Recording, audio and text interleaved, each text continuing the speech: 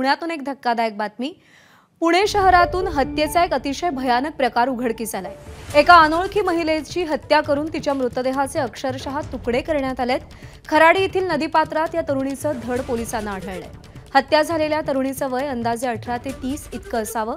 Chandannagar police ठाण्यामध्ये या प्रकरणी अज्ञात आरोपी विरोधात गुन्हा दाखल करण्यात आलाय।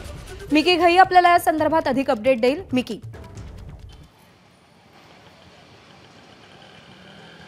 प्रज्ञा, जर आपण बघितलं तर पुण्यात जे चंदननगर परिसरात आहे ही धक्कादायक घटना त्या ठिकाणी घडलेली आहे।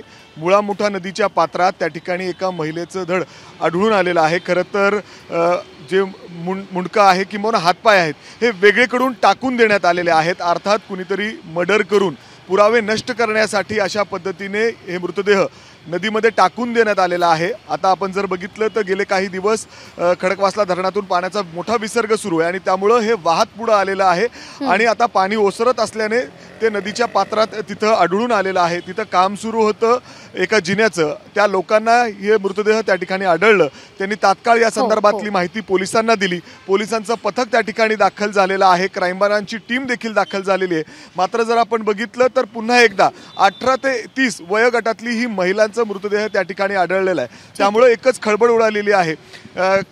कशावरून हा मर्डर सगळा प्रकार घडलेला आहे हे अजून देखील स्पष्ट झालेलं नाही। आणि याच प्रकरणाचा सध्या पोलीस तपास घेतात, हत्येचं कारण शोधायचा प्रयत्न करतायत। मिकी, धन्यवाद दिलेल्या माहितीसाठी। एबीपी माझा, उघडा डोळे बघा नीट।